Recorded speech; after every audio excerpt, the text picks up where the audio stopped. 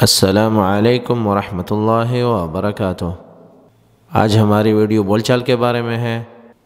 بول چال میں لائے ہوں آپ کے لیے چند الفاظ اور جملے۔ چلتے ہیں اسکرین کی طرف اور دیکھتے ہیں کہ اسکرین پر آج ہمارے پاس کیا ہے۔ یہ ہے ہمارا اسکرین۔ اسکرین پر سب سے پہلا ہیڈنگ کے بعد جو پہلا لفظ ہے وہ ہے منگول یا یگولون۔ منگول یا یگولون۔ منگول کا مطلب ہے کسی سے نقل کیا گیا ہے یا کسی سے یہ بات نقل کی گئی ہے یا یہ کاپی ہے یا یہ منقول ہے۔ اردو میں بھی اس کو کہتے ہیں منقول۔ منقول بولتے ہیں، منقول، یہ بات منقول ہے، لیکن عربی میں ہم بولتے ہیں منگول۔ بول چال میں اس کو بولتے ہیں منگول، منگول، اور فصیحہ میں بولتے ہیں منقول، منقول۔ تو منقول وہ بات ہوتی ہے یا جیسے اقوال زرین ہوتی ہیں وغیرہ وغیرہ جو چیزیں ہوتی ہیں، یا کسی سے آپ نے کوئی بات کاپی کی ہوتی ہے تو آپ کہتے ہیں کہ یہ بات نقل کی گئی ہے، یا یہ وہاں سے یہ بات ہم نے یہاں کاپی کی ہے، یا وہاں سے ہم نے نقل کی ہے، اس بات کو ہم نے نقل کیا ہے وغیرہ وغیرہ۔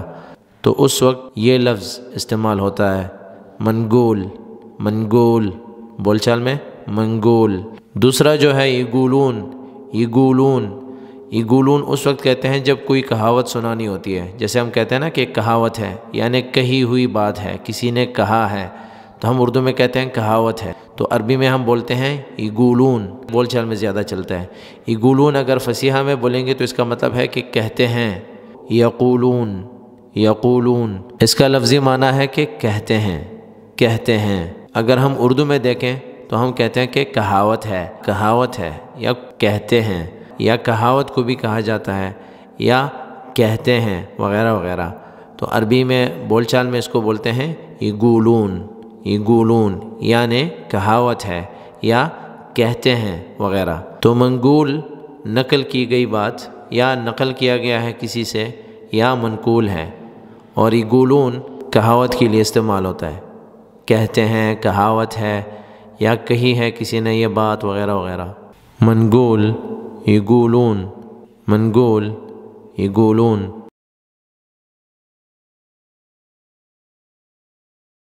یانا زبون من الصبح ولا لا؟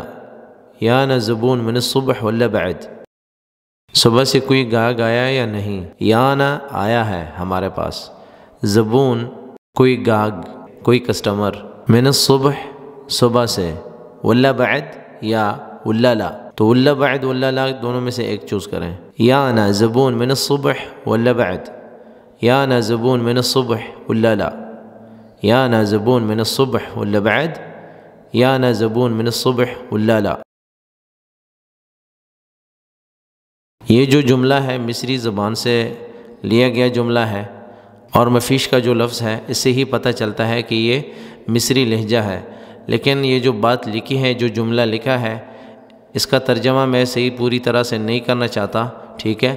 میں نے توڑ پھوڑ کے اس کے الفاظ لکھے ہیں کیونکہ وہ سیکھنے نہیں چاہیے، لیکن میں آپ کو بتا رہا ہوں کہ اس کے معنی یہ ہیں، ٹھیک ہے؟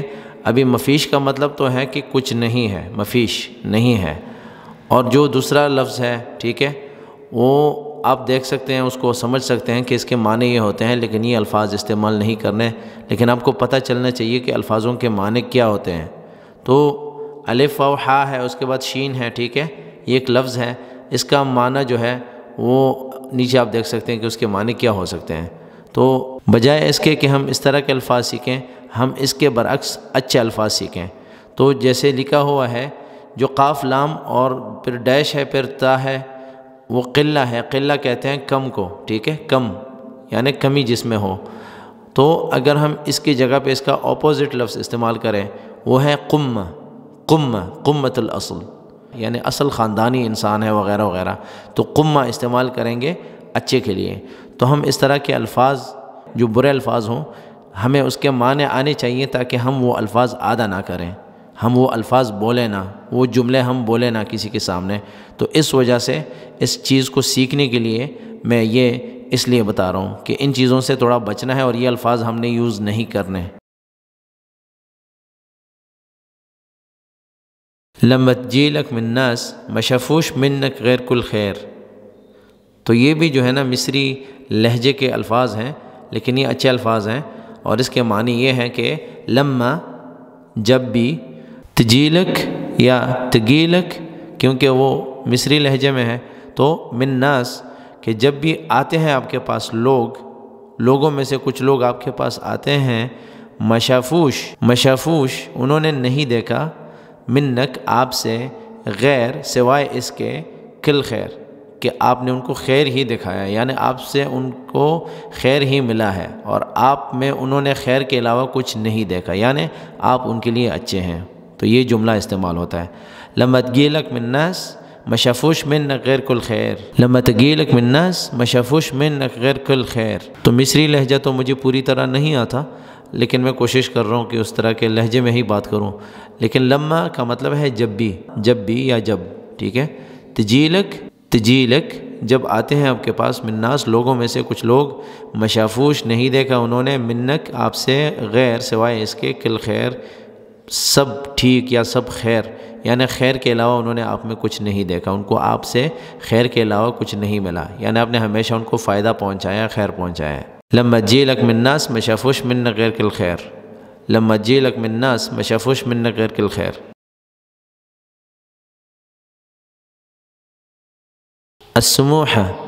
السموحة لا تزعل مني بس یا اذا بغيت اعدل لك غلطات في الدرس، کہ میں معافی چاہتا ہوں یا معافی چاہتی ہوں، مجھ سے ناراض مت ہونا اگر میں سبق میں آپ کی غلطیوں کو درست کروں تو اس طرح کے جملے استعمال ہوتے ہیں۔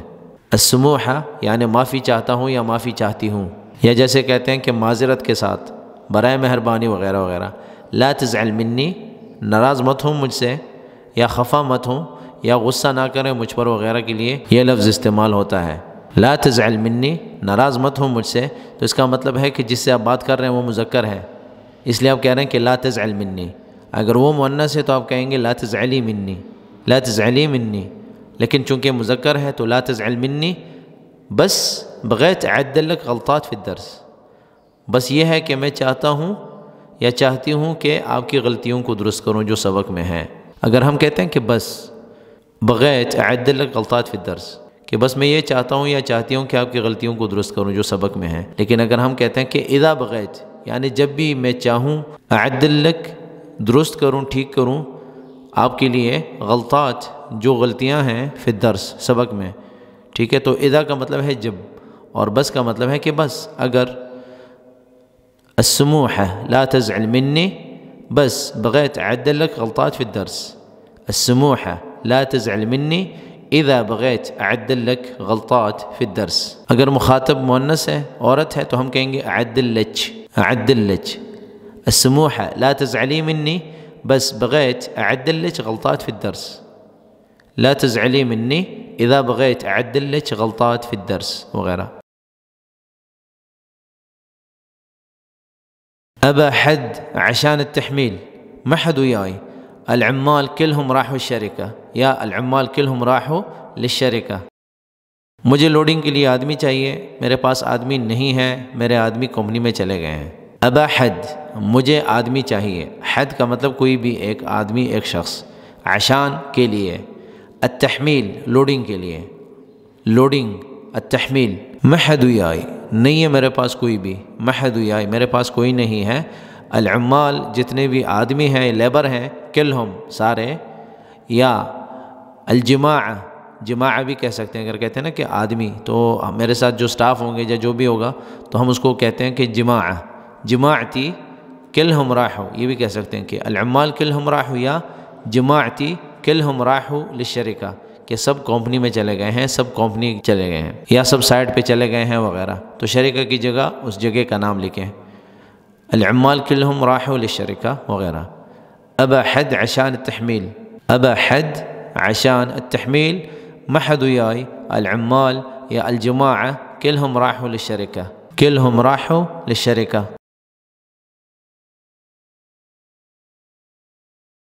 عشان الأكل والشرب على حسابي، عشان الأكل والشرب على حسابي، کیونکہ کھانا پینا میرا اپنا ہے، عشان کیونکہ، تو یہاں آپ دیکھتے ہیں کہ عشان کا مطلب ہے کیونکہ، اور ہم نے بتایا تھا کہ عشان جو ہے مختلف جملوں میں آتا ہے اور مختلف معنی دیتا ہے، کبھی آتا ہے کے لیے، کبھی آتا ہے کیونکہ، کبھی آتا ہے تاکہ وغیرہ وغیرہ۔ عشان الاکل کیونکہ کھانا، والشرب اور پینا، الاکل والشرب کھانا پینا، علی حسابی، علی حسابی میرا اپنا ہے یا میرے جیب سے ہے وغیرہ وغیرہ۔ علی حسابی کا مطلب یہ ہوتا ہے کہ میرے جیب سے ہے، میرا اپنا خرچہ ہے وغیرہ۔ عشان الاکل والشرب علی حسابی، عشان الاکل والشرب علی حسابی۔ بشتغل وياك یا بشتغل عندك بس حول اقامتي على كفالتك یا حول اقامتي للشركة نفسها۔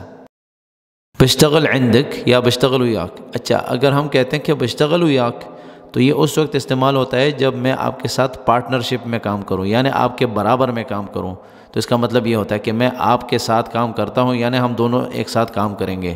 لیکن اگر میں کہتا ہوں بشتغل عندك، مجھے سیلری دیں گے، آپ میرے امپلائر ہوں گے، آپ میرے کفیل ہوں گے اور میں آپ کے انڈر میں کام کروں گا، تو عندك اور وياك میں یہاں پہ یہ فرق ہے اس جملے میں۔ تو یہاں پہ ہم نے دیکھنا ہوتا ہے کہ ہم سیاق و سباق کو دیکھ کر ہی فیصلہ کریں گے کہ ہم نے لفظ کون سا چننا ہے اور کس لفظ کا انتخاب کر کے بولنا ہے۔ بشتغل عندك، بشتغل عندك یا بشتغل وياك بس حول اقامتي على كفالتك یا بس حول اقامتي للشركة نفسها، على الشركة نفسها، على كفالتك یا على الشركة نفسها۔ بشتغل عندك کیونکہ اس جملے میں یہ ہے کہ میں کروں گا آپ کا کام، یعنی آپ کے ساتھ کام کروں گا، آپ کے انڈر میں آپ مجھے سیلری دیں گے وغیرہ وغیرہ، تو اس کا مطلب یہ ہے بشتغل عندك میں آپ کا کام کروں گا، آپ کے ساتھ کام کروں گا، بس لیکن حول، حول ٹرانسفر کریں، لگوائیں، اقامتی میرا ویزا، علی کفالتک آپ کے کفالت میں، یا علی الشرکہ نفسها یا اسی کمپنی میں، سیم سیم کمپنی جیسے انہوں نے لکھا ہے نا سیم سیم، تو اسی کمپنی میں میرا ویزا لگوا دیں تو میں آپ کا کام کروں گا یا آپ کے ساتھ کام کروں گا۔ تو بس کی جگہ ہم اذا بھی لگا سکتے ہیں، اذا بشتغل عندك اذا حولت لإقامتي على كفالتك او على الشركة نفسها، تو بس کی جگہ اذا بھی استعمال کر سکتے ہیں کہ آپ اس کو شرط رکھتے ہیں کہ اگر آپ میرا ویزا ٹرانسفر کرتے ہیں تو میں آپ کے ساتھ کام کروں گا۔ تو یہ چیزیں تھوڑی تھوڑی سیکھنی ہیں۔ بشتغل عندك، بشتغل عندك بس یا اذا حولت اقامتي یا تحول اقامتي یا حول اقامتي على كفالتك یا على الشركة یا على الشركة نفسها، على الشركة یا على الشركة نفسها۔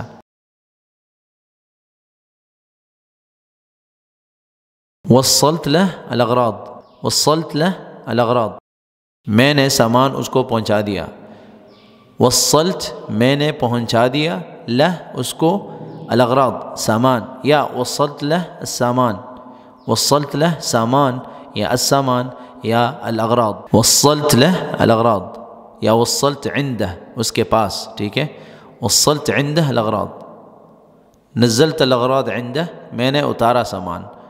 تو وصلت کی جگہ اور بھی الفاظ آپ استعمال کر سکتے ہیں، اسی طرح اغراض کی جگہ سامان وغیرہ استعمال کر سکتے ہیں الفاظ۔ وصلت له الاغراض یا وصلت عنده الاغراض یا وصلت الاغراض عنده، وصلت الاغراض عنده اس کے پاس میں نے سامان پہنچایا، یا وصلت الاغراض له یا وصلت له الاغراض۔ تو یہاں پہ له ہم نے بیچ میں اسی لیے لکھا ہے کہ جملہ بنتا صحیح ہے، وصلت له الاغراض یا وصلت الاغراض، وصلت یہ بھی بول سکتے ہیں، وصلت الاغراض کہ میں نے اس کے پاس سامان پہنچایا یا اس کو پہنچا دیا میں نے۔ تو لہ بھی بول سکتے ہیں، اور لام کی جگہ اگر ہم لام نہ بھی بولیں، صرف ہا کو تا سے ملائیں تو ہم کہیں گے وصلت الاغراض، لیکن اس کا یہ مطلب بھی ہوتا ہے کہ میں نے اس کو پہنچایا، یعنی میں نے اس آدمی کو پہنچایا، ٹھیک ہے۔ تو اس کے معنی مختلف مختلف آتے رہتے ہیں، تو یہ اس لیے میں نے لام بھی لکھا ہوا ہے اس میں کہ وصلت لہ میں نے وہ سامان اس کے پاس پہنچایا، اس آدمی کے ہاتھوں دیا ہے، الاغراض چیزیں یا سامان، وصلت لہ الاغراض، وصلت لہ الاغراض۔ تو یہ الفاظ اور جملے کافی تھے آج کے سبق میں۔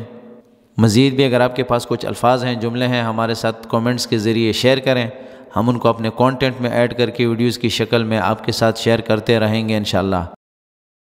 آپ سب کا شکریہ اس ویڈیو کو دیکھنے کا۔ اس ویڈیو کو لائک کریں، میرے چینل کو سبسکرائب کریں اور بیل کا بٹن ضرور دبائیں تاکہ آپ کو نئی ویڈیوز کے اپڈیٹس ٹائم سے ملتے رہیں۔ دعاؤں میں یاد رکھیں۔ والسلام علیکم ورحمۃ اللہ وبرکاتہ۔